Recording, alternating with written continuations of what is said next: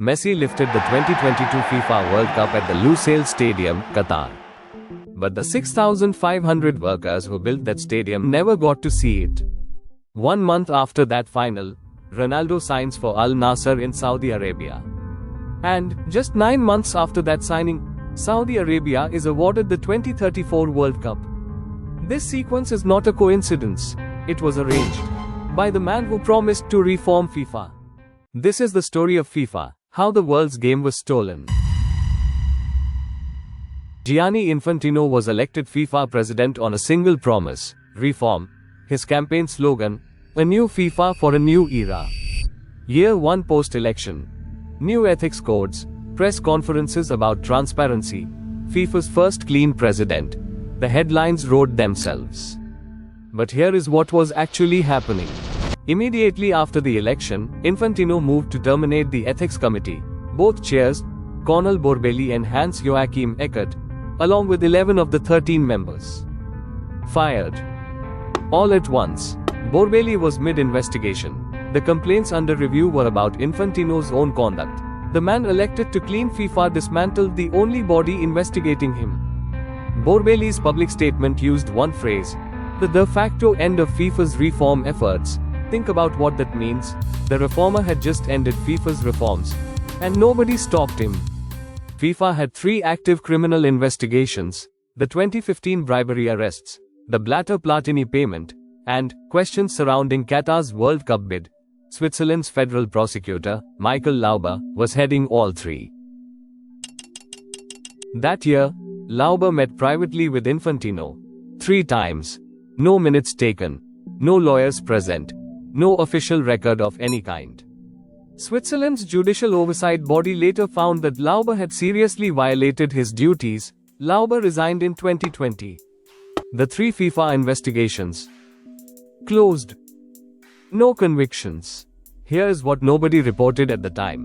Those meetings took place in a Qatari-owned hotel in Bern. Qatar had been running a private intelligence operation, codenamed Project Matterhorn, using a former CIA officer named Kevin Chalker. His brief: record every conversation inside that building. We do not know exactly what was captured, but we know who was listening. And we know that every investigation into FIFA's relationship with Qatar was closed within 3 years. In 2020, Swiss prosecutors took the next step. They opened a formal criminal investigation into Gianni Infantino himself, not an aide, not a committee member, the sitting president of FIFA. He kept his job, he kept his title. The investigation was eventually dropped. Infantino had relocated to Riyadh in early 2023. 9 months after, FIFA opened the bidding for the 2034 World Cup. Football Australia had been formally evaluating the bid for 2 years. A joint bid from Indonesia, Singapore, and Malaysia was months in development. FIFA gave every candidate just 25 days to submit their bids. Both withdrew. Football Australia called the timeline physically impossible. The Indonesian consortium said the same. The submission window was just 25 days. Yet on October 31st, 27 days after that window opened, Infantino publicly named Saudi Arabia as host, without any formal voting. When the votes did happen, it was by acclamation, no secret ballot, no individual votes recorded. And, interestingly, for the first time ever in the football history, FIFA had also quietly lowered the stadium requirement from 7 qualifying venues to 4.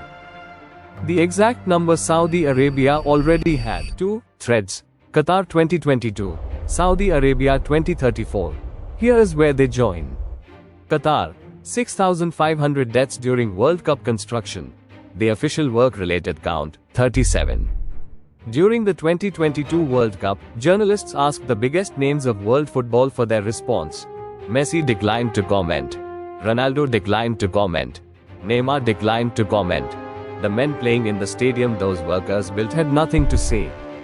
1 month after the final, Ronaldo signed for Al Nassr in Saudi Arabia. The most recognizable face in sport, now in their league, wearing their colors, selling their image to the world. 9 months after that signing, Saudi Arabia gets the 2034 World Cup. Qatar concluded in December. Ronaldo signed Al Nassr in January. Infantino moved to Riyadh in February. Saudi Arabia won the World Cup bid in October. You can draw your own conclusions. Saudi Arabia 2034.